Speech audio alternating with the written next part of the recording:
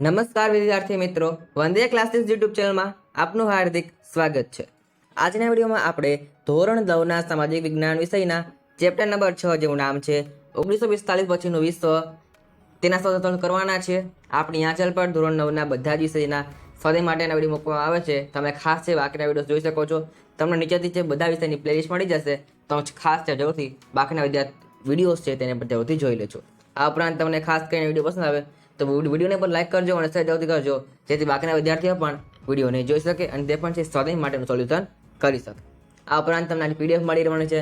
તમને પીડીએફ કેવી રીતે મળશે તો કે તમને આપણી જે વોટ્સઅપ નંબર આપેલો હશે, તમે ચાહશે વોટ્સઅપ પર મેસેજ કરીને આની પીડીએફ છે ફ્રીમાં મેળવી શકો છો। તમારે જરૂરથી આની તમે છે પીડીએફ મેળવી લેજો। તો ચાલો આપણે આજના વિડીયો શરૂઆત કરીએ। ધોરણ 9 વિષય સામાજિક વિજ્ઞાન ચેપ્ટર નંબર 6ના સ્વાધ્યાયનું સંપૂર્ણ સોલ્યુશન। પ્રશ્ન નંબર 1 પ્રશ્નના જવાબ આપવાના છે। પહેલો સવાલ છે તેની અંદર સંયુક્ત રાષ્ટ્ર સંઘના હેતુઓ જણાવો। તેનો જવાબમાં આવશે તો કે હેતુઓ નીચે મુજબ છે। પહેલો હેતુ આપેલો છે અહીંયા, આત્મનિર્ણય તથા સમાજ હકના પાયા ઉપર રાષ્ટ્ર વચ્ચેના મૈત્રીપૂર્ણ સંબંધો વિકસાવવા તથા વિશ્વ શાંતિ જાળવવા માટે યોગ્ય પગલાં ભરવા।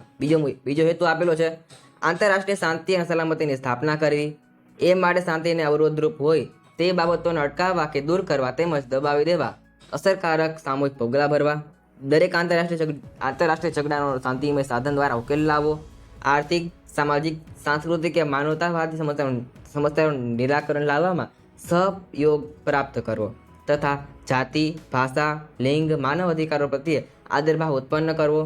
આ સમાન ધ્યેય સિદ્ધ કરવા માટે કામ કરી રહેલા છે એ અલગ અલગ રાષ્ટ્રોના કાર્યો વચ્ચે સંવાદિતા લાવનાર કેન્દ્રીય સંસ્થાનું તરીકેનું કાર્ય કરવું। તો આટલા છે તમારે સંયુક્ત રાષ્ટ્ર સંઘના હેતુઓ આવશે। ખાસ તમે છે તમારા માટે મોસ્ટ ટાઈમ પ્રશ્ન છે, સૌથી છે તેને તૈયાર કરી લેજો। બીજો સવાલ આપેલો છે અહીંયા, બિન જોડાણની નીતિનો અર્થ તમારે સમજાવવાનો છે। અહીંયા તમારે તેનો જવાબ છે આવશે, બે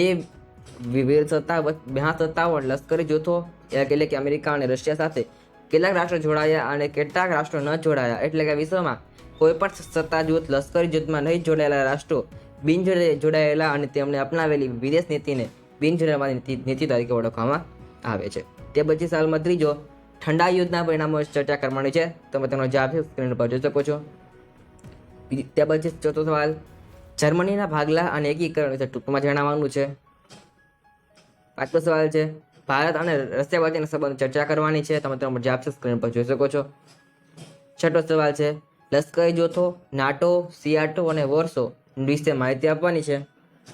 તે પછી પ્રશ્નમાં બીજો પ્રશ્ન જવાબ ટૂંકમાં લખવાના છે। પેલો સવાલ તેની અંદર, બીજા વિશ્વયુદ્ધ પછી મહાસત્તાઓ વચ્ચે સંબંધો સાથી તણાવપૂર્ણ બન્યા। તો જવાબમાં આવશે, ઈસવીસન 1949માં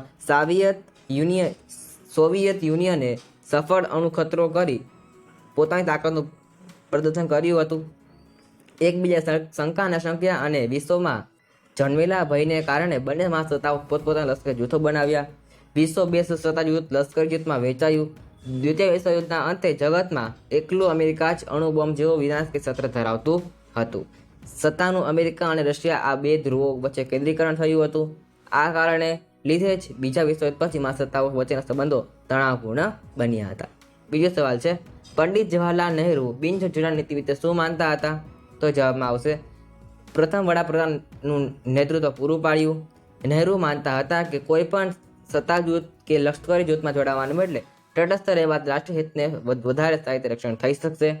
ભારતની એ માન્યતા રહેલી છે કે વિશ્વના કોઈ એ હરીફ સત્તા જૂથો લશ્કરી જૂથમાં વિભાજન વિશ્વ શાંતિ માટે ખતરારૂપ અને આંતરરાષ્ટ્રીય સહકાર માટે હાનિકારક છે। ત્યાર પછી પ્રશ્ન ત્રીજો, પરમાણુ બિન સંધિ એટલે શું? ભારતે તેના પર કેમ હસ્તાક્ષર કર્યા નથી? તો જવાબમાં આવશે, પરમાણુ બિન સંધિ એટલે જગતની પરમાણુ સત્તાઓ એ પ્રક્ષેપાત્રોનો ફેલાવો અને પરમાણુ શસ્ત્રો જગતના અન્ય દેશો સાથે અટકાવવા માટે ઘડેલી સંધિ હતી। આ સંધિ ભારત રાષ્ટ્રહિતોને વિરોધ કરતી હોવાથી તેના પર હસ્તાક્ષર કર્યા નથી। તે પછી પ્રશ્નમાં ત્રીજો ટૂંકનો જ લખવાની છે। પહેલું આપેલું છે સશક્તિકરણ અને નિસશક્તિકરણ, તો તમે તેનો જવાબ છે તમે જોઈ શકો છો। બીજું છે ક્યુબાની કટોકટી, આ પણ તમારે મોસ્ટ ટાઈમ ટૂંકનો જ છે। ત્રીજી છે સોવિયત યુનિયનનું વિઘટન। ચોથું છે બર્લિનની નાકાબંધી, આ પણ તમારે મોસ્ટ ટાઈમ ટૂંકનો જ રહેવાની છે। તે પછી કારણો આપવાના છે. પહેલું આપેલું છે સંયુક્ત રાષ્ટ્રોની સ્થાપનાએ નવો વિશ્વનો પાયો નાખ્યો છે. આ પણ છે મોસ્ટ આઈમ્પોર્ટન્ટ જે તમારા વાળો પ્રશ્ન છે, ખાસ તમે તેને છે જોઈ શકો છો. બીજું છે ક્યુબાની કટોકટી ઠંડા યુદ્ધના અંતના આરંભ તરીકે ગણવામાં આવે છે. તે પછી ત્રણ વિકલ્પ આપેલા પાઠની અંદર વિકલ્પ આપેલા છે. પહેલો વિકલ્પ છે સંયુક્ત રાષ્ટ્રોના ખતપત્રનો આરંભ સેનાથી થાય છે, તો જવાબમાં આવશે બી એટલે કે આમુખથી થાય છે. બીજો વિકલ્પ ઘણા વિજ્ઞાનો કઈ ઘટનાને ઠંડા યુદ્ધની શરૂઆત માને છે, તો જવાબમાં આવશે એ બર્લિનની નાકાબંધી. તે પછી ત્રીજું આવેલું છે સોવિયત યુનિયનના નેતૃત્વ હેઠળ દેશો કઈ વિચારધારામાં માનતા હતા, તો જવાબમાં આવશે સી સામ્યવાદી વિચારધારાની અંદર માનતા હતા. ચોથો વિકલ્પ ભારતમાં બિનચલણવાળી વિદેશ નીતિના પ્રવર્તક કોણ હતા, તો જવાબમાં આવશે સી પંડિત જવાહરલાલ નહેરુ હતા. પાંચમો વિકલ્પ આંતરરાષ્ટ્રીય રાજકારણમાં કઈ નીતિને મહત્વનો ભાગ ભજવ્યો હતો, જવાબમાં આવશે એ બિનજોડણવાદી નીતિએ મહત્વનો ભાગ ભજવ્યો હતો. તો આપણે આજના વિડીયોમાં છે ધોરણ 9ના સમાજ વિષયના ચેપ્ટરમાં સોલ્યુશન કર્યું છે.